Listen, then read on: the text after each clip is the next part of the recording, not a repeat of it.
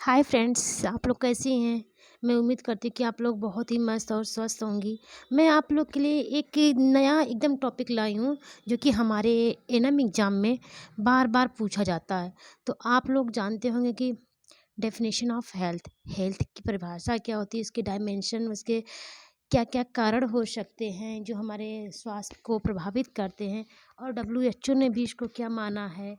तो आइए हम जो कि इसका क्वेश्चन बार-बार पूछा जाता है और उसको हम सब आप लोग की ही भाषा जो आप लोग आसानी से समझ सकती हैं। मैं जानती हूँ कि है ना बहनों का जो पूरा सिलेबस ही हिंदी होता है, तो उनके लिए उनका मेन वो एक तो वैसे भी मेडिकल में फील्ड में वो वैक्सीनेशन ऑफिसर की ही कहलाती है, क्योंकि उनका मेन फोकस वैक्सीन को ही करना होता है। तो वैक्सीनेशन करने के लिए ही उनको एज ए सिलेक्शन किया जाता है। और नॉर्मली जो माइनर मतलब जब हेल्थ जो होता है डब्ल्यूसी पे या फिर जैसे पहले था सीएससी पीएससी सब सेंटर, तो हमारा मतलब सिलेक्शन जब हो जाता है तो हमें पोस्टिंग अधिकतर सब सेंटर पे ही दी जाती है।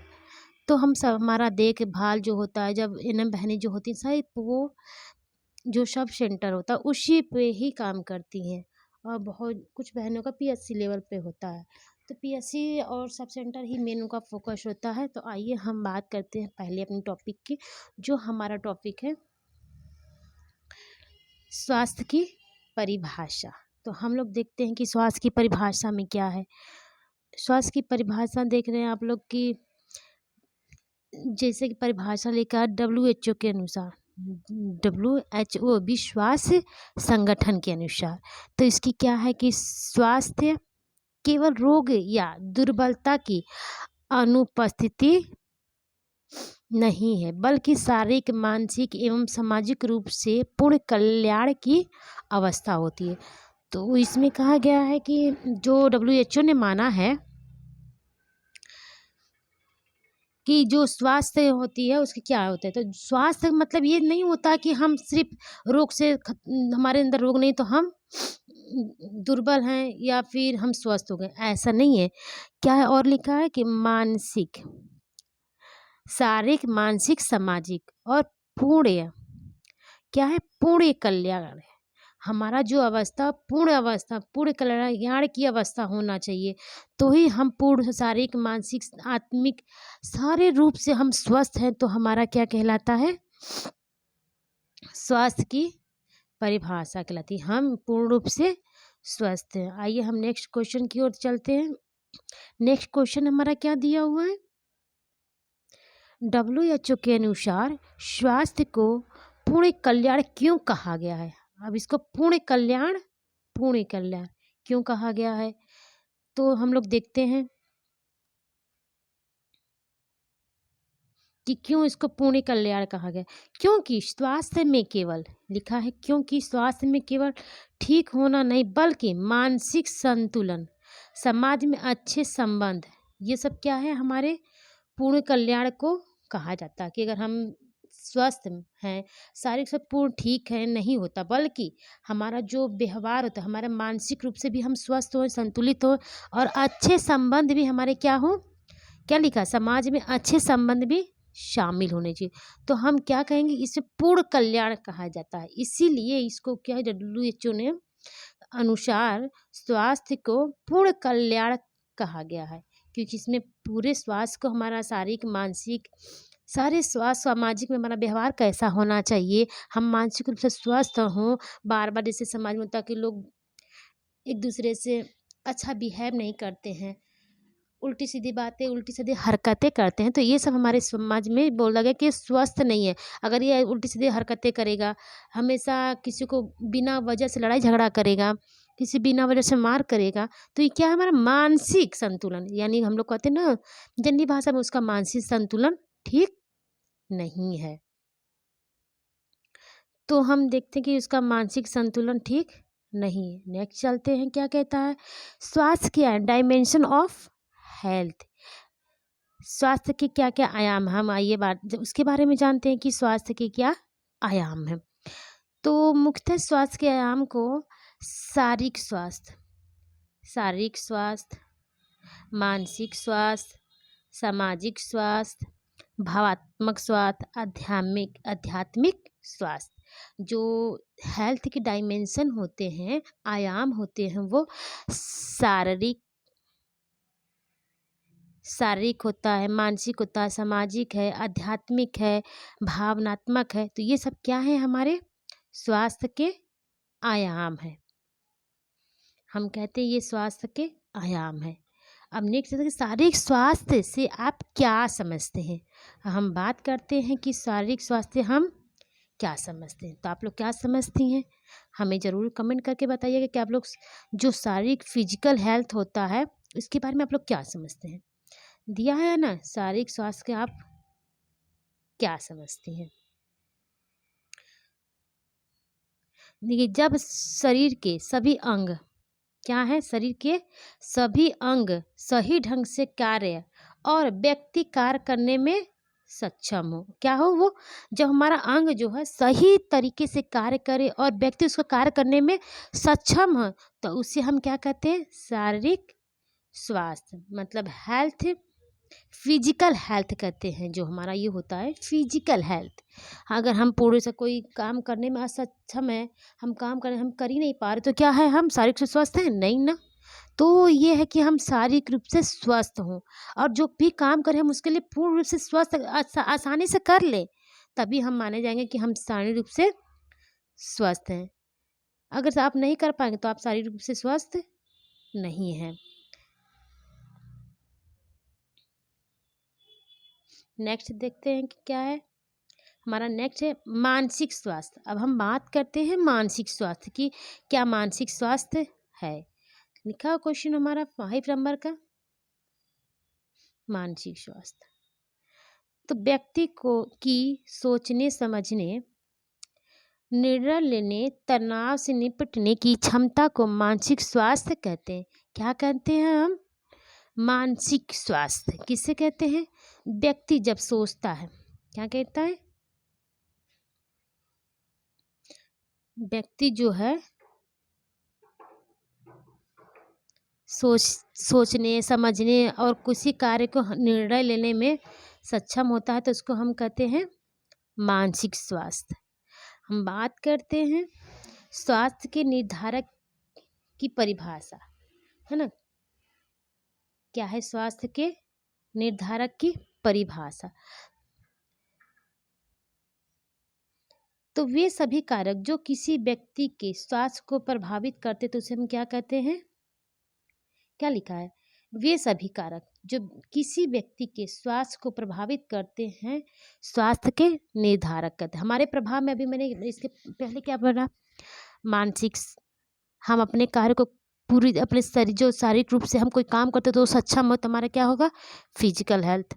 अगर हम मानसिक रूप से सोचने समझते हैं और निर्णय ले लेते, तनाव को अपने आप को निपटा लेते हैं, अपने आप को स्ट्रेस से बचा लेते, तो क्या हमारा मेंटल हेल्थ, हमें यानी मानसिक रूप से स्वस्थ है। तो हम क्या करा था, निर्धारक। अब हम बात करते स्वास्थ्य के, लिखा है स्वास्थ्य के कौन कौन से निर्धारक हैं, क्या है, स्वास्थ्य के कौन कौन से निर्धारक हैं। तो हम देखते हैं कि स्वास्थ्य के प्रमुख निर्धारक होते हैं, जैसे बायोलॉजिकल, क्या है, बायोलॉजिकल,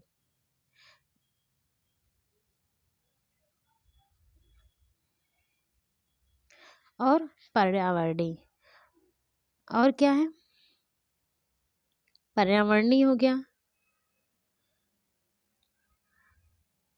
सामाजिक एवं आर्थिक हो गया, क्या है, सामाजिक एवं आर्थिक, जीवन शैली, पोषण, स्वास्थ्य सेवाएं, पर्यावरणीय कारक, जिससे हमारे वातावरण में जो प्रभाव है, अधिक अधिक पोल्यूशन हो रहे हैं, अधिक बहुत सारी देख रहे हैं कि पहले की क्या थी कि इतनी पोल्यूशन नहीं रहती थी, पर्यावरण जो था हमारा शुद्ध रहता था, तो लोग बीमारियां भी कम होती थी। अब जैसे जैसे लोग जनसंख्या बढ़ती गई और लोग गांव से शहर की ओर जाते, तो क्या हो रहा है, शहर में बहुत ज़्यादा भीड़ हो रही, क्राउड हो जा रहा है, जगह रहने को नहीं है, लोग अपने अपने काम में बिजी हो जा रहे बहुत ज़्यादा, और जो कल कारखाने, बड़े बड़े कारखाने खोल दिए जा रहे हैं, तो उससे क्या होता है, हमारा पर्यावरण बहुत दूषित हो जा रहा।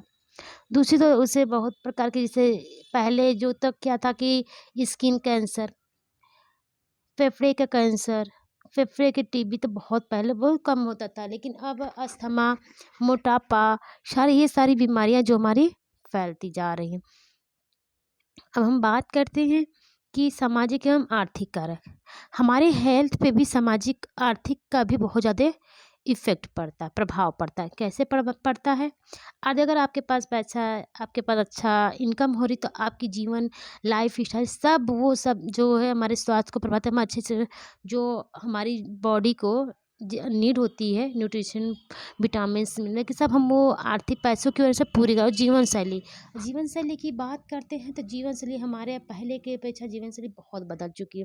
पहले था लोग टाइम से सोते थे, टाइम से खाते थे, टाइम से उठते बैठते थे, और अपना हर एक रूटीन जो जीवन की दिनचर्या होती है वो रोज समय से। अब क्या है कि लोग मोबाइल में बहुत ज़्यादा बिजी हो गए।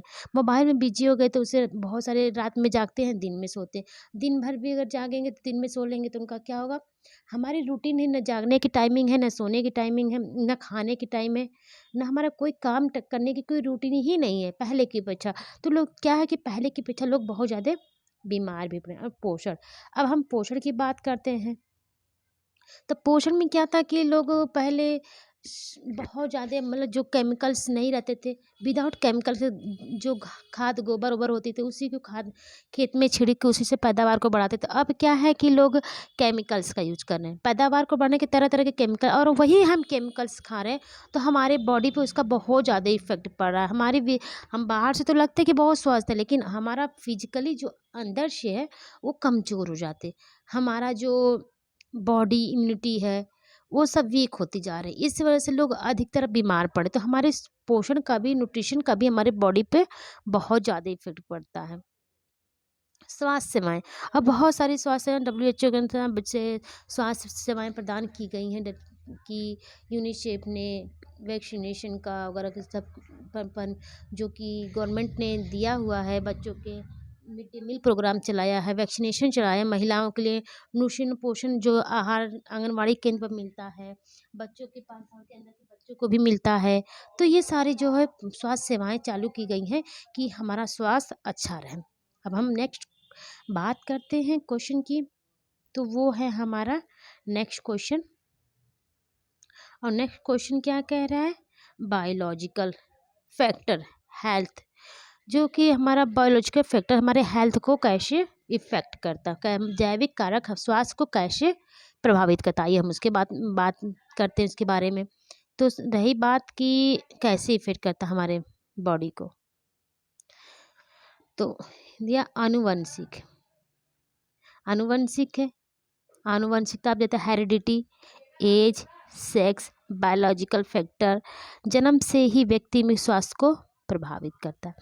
पहले से ही गवर्नमेंट ने ये दिया है कि अगर बच्चा पेट में है, अगर माँ गर्भवती हुई है, तभी से उसको क्या चालू कर दिया जाता है? वैक्सीनेशन।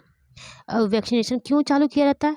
क्योंकि जो बच्चा पेट में रहता है, अभी दिया क्या है कि जन्म से ही व्यक्ति के स्वास्थ्य को प्रभावित करता। अब मान लेते हैं कि आनुवंशिकता, अगर हमारे माँ या हमारे चाचा दादा, हमारे फैमिली मेम्बर में किसी को कोई बीमारी, बोलते हैं जनरली कि डायबिटीज, जो शुगर होती है, हमारे किसी को रहा होगा तुम्हारे फैमिली मेम्बर में, तो वो क्या होता है? हेरिडिटी, एक दूसरे पीढ़ी से वो प्रभावित करता है। तो वही है कि आनुवंशिकता। एज भी हमारे स्वास्थ्य को बहुत ज़्यादा प्रभावित कर, लिंग, जैसे कि ओल्ड एज में और यंग एज में हमारी इम्यूनिटी अच्छी होती है, और ओल्ड में हमारी इम्यूनिटी वीक हो जाती है, तो हमारी हड्डियाँ भी कमज़ोर हो जाती हैं। तो उनमें जो हमारी इम्यूनिटी कमज़ोर होगी, तो उस समय हमें जो स्वास्थ्य है वो बहुत ज़्यादा प्रभावित करता है, उस पे स्वास्थ्य की समस्याएं भी अधिक होने लगती है। तो लोग क्या करेंगे कि बहुत ज़्यादा बीमार होंगे, और हमारा बायोलॉजिकल फैक्टर भी बहुत ज़्यादा पड़ता है, ये स्वास्थ्य को प्रभावित करता है। पर्यावरणीय कारक, नेक्स्ट क्या है हमारा? पर्यावरणीय कारक। अब पर्यावरणीय में आते हैं, हमारा क्या दिया है? पर्यावरणीय कारक।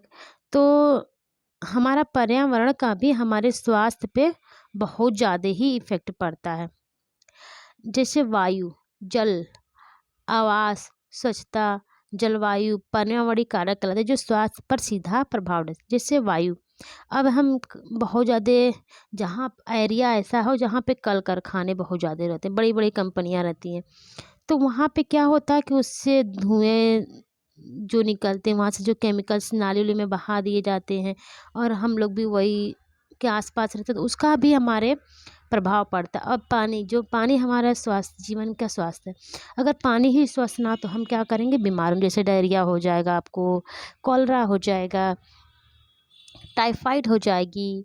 तो ये सब सारे क्या होता है, हमारा पानी की वजह, दूषित पानी की वजह से भी हमारे स्वास्थ्य को प्रभावित करते हैं। सोचता, अगर हम घर में हैं, अगल बगल साफ़ सफाई नहीं, तो जैसे मच्छर पनपने लगते हैं और मलेरिया हो जाएगी, और हमारा स्वास्थ्य में तो अस्थमा की बीमारियां भी हो जाती है, गंदगी धूल कर से एलर्जी हो जाती है। तो ये सब भी सारे जो हमारे स्वास्थ्य को बहुत ही ज़्यादा प्रभावित करते हैं। हम नेक्स्ट बात करते हैं सामाजिक एवं आर्थिक कारकों का प्रभाव। लिखिए, अब क्या होता है, जैसे सामाजिक आर्थिक कारक, आर्थिक क्या, शिक्षा का अभाव होता है, आय, आप पढ़े लिखे नहीं रहेंगे तो आपका आय भी नहीं अच्छी होगी, रोजगार भी आपको बहुत सारे, मतलब समाज में इतनी ज़्यादा पॉपुलेशन बढ़ रही है, तो हमारे जो रोजगार होता है उसमें भी कम होती है, आवास भी सही से नहीं मिल पाता। सामाजिक स्थिति के कारण भी व्यक्ति का, जब आपके पास रोजगार नहीं, आपकी इनकम नहीं होगी, तो भी आपका अच्छे से स्वास्थ्य, खा पी नहीं पाएंगे तो आपका स्वास्थ्य अच्छा नहीं रहेगा। और आवास, बहुत सारे देख रहे हैं कि अब तो गवर्नमेंट भी आवास मुहैया करा रहा है, आपको उपलब्ध करा रहा है, ताकि आपके स्वास्थ्य पर कोई अभाव, क्योंकि बरसात के मौसम में पानी भरा रहता है, गर्मी में बहुत ज़्यादा धूप लगती है, ठंड में बहुत ज़्यादा ठंडियाँ लगती है, तो जिसके कारण भी हमारा शरीर बहुत ज़्यादा प्रभावित होता है। जीवन शैली स्वास्थ्य का निर्धारक। अब जीवन शैली स्वास्थ्य का निर्धारण में देखते हैं कि क्या कह रहा है, जीवन शैली स्वास्थ्य के निर्धारक, तो हमारा खान पान, रहन सहन, उठना बैठना, सारा जो है, क्या लिखा, खान पान, व्यायाम, नशा, नींद, व्यक्ति जीवन शैली स्वास्थ्य को अच्छा खराब बना सकती, क्या हो सकता है, ये खराब और अच्छा भी हो सकता है। इसका भी हमारे बॉडी पे बहुत ज़्यादा ही प्रभाव पड़ता है। अगर हम अच्छा खाना नहीं खाएंगे, बाहर चाहे धूल मिट्टी खाना बना हुआ, उस पर धूल मिट्टी जा रहा है, मक्खियाँ बैठ रही हैं, तो क्या वो खाना हमारे स्वास्थ्य के लिए अच्छा हो सकता, नहीं हो सकता। अब एक्सरसाइज, व्यायाम की बात करते हैं, तो हमारी जो एक्सरसाइज होती है वो भी हमारे शरीर को बराबर करते हैं। नशा, नींद और व्यक्तिगत आदतें जो होती है, जो अल्कोहलिक होते हो उन लोग का भी, वो मस्त होते सिर्फ नशा करने, ड्रिंक वगैरह लेते हैं, तो उनसे क्या होता है, उनकी लीवर भी खराब हो जाती है, किडनी भी खराब हो जाती है, और उनके बहुत सारे, खासकर प्रभाव हमारे लीवर पे ही पड़ता है। तो इसकी वजह से जॉन्डिस हो जाती है, लीवर कमजोर होता है, हमारे ऑटोमेटिक सारा सिस्टम हमारा वीक होने लगता है धीरे धीरे करके। तो हमारे बॉडी का सबसे मेन है कि आप नशा ही ना करें और अपने जीवन को स्वस्थ बना रहे। व्यक्तिगत आदतें, जो हमारे, ये मैंने पहले ही बता दिया है कि जो व्यक्तिगत आदतें, पर्सनल हैबिट होती है, वो भी हमारे हेल्थ को बहुत ज़्यादा इफेक्ट करती है। हमारे जो जीवन, डेली रूटीन्स होती हैं, वो भी हमारे इतना ज़्यादा महत्वपूर्ण होती है हमारे स्वास्थ्य के लिए, कि आप खुद ही, आप अगर आप अपनी लाइफ में अच्छा टाइम से उठेंगे, टाइम से खाएंगे, सोएंगे, आप अच्छी नींद लेंगे, अच्छा व्यायाम करेंगे, अच्छा खाना लेंगे, तो आपको खुद ही ये फील होगा कि हमारा स्वास्थ्य बहुत अच्छा है, ना आप में शरीर में कोई प्रकार की बीमारियां होंगी, ना अपने आपको शरीर में वीकनेस होगा, ना कमजोरी आएगी, ना दर्द आएगा, आपको अच्छा फील होगा। और नेक्स्ट बात करते हैं, पोषण स्वास्थ्य का महत्वपूर्ण निर्धारक क्यों है। अब क्यों ही हमारा न्यूट्रिशन क्यों हमारे लिए बहुत ही महत्वपूर्ण है, आप लोग खुद ही बता सकते हैं। मैंने अभी पिछले क्वेश्चन में बता भी दिया है कि क्यों जरूरी है, तो हम लोग बात करते हैं कि क्यों जरूरी है। पोषण स्वास्थ्य का महत्वपूर्ण निर्धारक क्यों माना जाएगा, क्योंकि संतुलित आहार से, क्या है ये, संतुलित आहार, शरीर को आवश्यक पोषक तत्व मिलते हैं। क्या मिलता है, पोषक तत्व मिलता है, और ये क्या करता है, इम्यूनिटी, हमारे प्रतिरोधक क्षमता को बढ़ाता है। तो इसलिए हमारे शरीर में भोजन की बहुत ही ज़्यादा आवश्यकता होती है। हम नेक्स्ट बात करते हैं कि स्वास्थ्य सेवाएं स्वास्थ्य निर्धारण में क्या भूमिका निभाती हैं। अब जैसे कहते स्वास्थ्य सेवाएं क्या हमारे हेल्थ को क्या प्रभावित करती हैं, इनकी क्या रोल है हमारे जीवन में, तो हम बात करते हैं क्या उसके जीवन में रोल है। तो पहला है ये कि स्वास्थ्य सेवाएं स्वास्थ्य निर्धारक में क्या भूमिका निभाती हैं। तो हम देखते हैं टीकाकरण, अभी मैंने बताया ना, जैसे कि WHO, NHM NRHM के थ्रू जो वैक्सीनेशन किए जाते हैं वो हमें क्या कहते हैं, एक इम्यूनिटी प्रदान करते हैं, हमारे स्वास्थ्य को अच्छा बनाते हैं। हमारे इन्फेक्शन होने से पहले भी हमें वो वैक्सीनेशन बच्चों को हम कर देते हैं ताकि बच्चा स्वस्थ रहे और बीमार होने से पहले ही वो बचा रहे। उपचार ट्रीटमेंट, जो कि ट्रीटमेंट किया जाता है। जो अगर बीमार रहते हैं तो उसको ट्रीटमेंट किया जाता है, उनकी जाँचें की जाती हैं ताकि उनको और हेल्थ एजुकेशन दिया जाता है ताकि वो उनके रोग को, जो डिजीज, जो बीमारियां उनको रोका जा सके और उन पर नियंत्रण पा लिया जा सकता है। इसीलिए स्वास्थ्य सेवाएं जो हेल्थ निर्धारक होते हैं उन पर बहुत ज़्यादा प्रभाव करती है स्वास्थ्य सेवाएं का। तो इसलिए समय समय पे गवर्नमेंट बहुत सारे टीके नए नए आविष्कार करती है, नए नए टीकों को में उसमें बदलाव लाती रहती है समय समय पे, और समय समय पे बहुत सारे हेल्थ एजुकेशन बहुत से माध्यम से दिया जाता है और उनका उपचार बहुत ज़्यादा सारी जो जांचें होती है, जैसे टीबी की देख लीजिए, ये बहुत ज़्यादा एक तो सोशल बीमारी भी है, ये सामाजिक बीमारी हम कर लेते हैं। तो ये समाज में बहुत तेज़ी से बढ़ दूसरे को, तो ये क्या था, एक कम्युनिकेबल डिजीज, ये एक लोगों से दूसरे लोगों तक फैलता है ड्रॉपलेट के माध्यम से। तो अगर गवर्नमेंट इस पे क्या करे, अब दवा के साथ तो डॉट्स दे ही रही है, उसके साथ उनको पैसे भी मुहैया करे ताकि वो अच्छे से न्यूट्रिशन ले सके और ताकि वो जल्दी से अपने हेल्थ में इम्प्रूवमेंट और सुधार ला सके। इसलिए गवर्नमेंट बराबर लोगों के स्वास्थ्य को बढ़ावा दे रही है, उनके स्वास्थ्य में सुधारने के लिए बढ़ावा दे रही है। और हम नेक्स्ट करते हैं बात स्वास्थ्य के निर्धारक। वैसे स्वास्थ्य के निर्धारक तो बहुत हैं, बट मेनली हम लोग जानते हैं कि अगर हमारा दो चीज़ अच्छा रहे तो हमारे स्वास्थ्य पे उसका अधिक अधिक प्रभाव नहीं पड़ता है। पहला है, स्वास्थ्य के दो निर्धारक होते हैं। पर्यावरण, जब हम जो वातावरण जिस जगह रहते हैं उसका वातावरण कैसा है, अधिक धूल, गंदगी, आसपास गंदगी, गंदी नाले, इसका सबका भी हमारे हेल्थ, क्योंकि हम स्वास्थ्य पर्यावरण में ही तो रह रहे हैं, पर्यावरण से हम, क्योंकि पर्यावरण हमें चारों तरफ से घेरा रहता है। और जीवन शैली, मैंने भी बता दिया कि जीवन शैली हमारे उठने बैठने खाने पीने सारे जो डेली रूटीन हो उसका भी हमारे बॉडी पे बहुत ही ज़्यादा इफेक्ट कर पड़ता है। तो जीवन शैली, पर्यावरण दोनों हमारे स्वास्थ्य के मुख्य निर्धारक माने जाते हैं। और सामाजिक स्वास्थ्य क्या है, अब हम बात करते हैं कि सामाजिक स्वास्थ्य क्या है। सामाजिक स्वास्थ्य क्या है, तो समाज में अच्छे संबंध बनाए, क्या होता है, समाज में अच्छे संबंध बनाए रखना, सामाजिक जिम्मेदारियों का निर्वहन करना, सामाजिक स्वास्थ्य कहलाता है। अब क्या कहते हैं कि जैसे हम अब जिस जगह रह रहे हैं, अब उनके अपने पड़ोसी से रोज लड़ाई झगड़ा करें तो क्या लोग बोलेंगे कि आपका स्वास्थ्य समाज के प्रति अच्छा व्यवहार है? नहीं बोलेंगे। आपके समाज अगर कोई किसी की मृत्यु हो गई है, बहुत गरीब है, उनके पास कोई पैसे नहीं है, तो आप उनकी अपनी जिम्मेदारी मांग के, लोगों से चंदा मांग के उनके जो क्रियाक्रम होते हैं या उनके साथ सहयोग करते हैं, तो ये माना जाता है कि हाँ, आप समाज में एक अच्छे जिम्मेदार नागरिक हैं, एक जिम्मेदारी एक नागरिक है। तो इसके बाद में आपको लगा था कि हाँ, आप ये समाज के हैं और आपका जिम्मेदारी भी है, आपके अच्छे संबंध भी है, तो आपको लोग क्या बोलेंगे, अच्छा इंसान है। क्या बोलेंगे, अच्छा इंसान बोलेंगे। तो अब यही होता है कि सामाजिक स्वास्थ्य में, समाज में रहते हुए हमें अपने अच्छे संबंध को बनाना चाहिए, अपनी जिम्मेदारी को निभाना चाहिए ताकि हम एक अच्छे नागरिक बन सके। तो मेरा ये मेन आज के टॉपिक, इससे सारे क्वेश्चन, बहुत सारे ऐसे क्वेश्चन हैं जो हमारे एनएम के पहला जो हम गवर्नमेंट ने जो हमें दिया था हमारा सिलेबस, पहले जो सिलेबस का पहला टॉपिक इसे ही है, स्वास्थ्य के निर्धारक। तो ये आज हमारा ये सारा कंप्लीट हुआ है। आप लोग को अगर अच्छा लगे तो आप मेरे चैनल पे बने रहिए और लोगों तक शेयर करिए ताकि और बहनें भी इसको अच्छे से पढ़ सके और अच्छे से समझ। अगर जो भी समझना है तो आप मुझे कमेंट ज़रूर करें, अपनी समस्याओं को शेयर करें। धन्यवाद, thank you, take care, bye bye.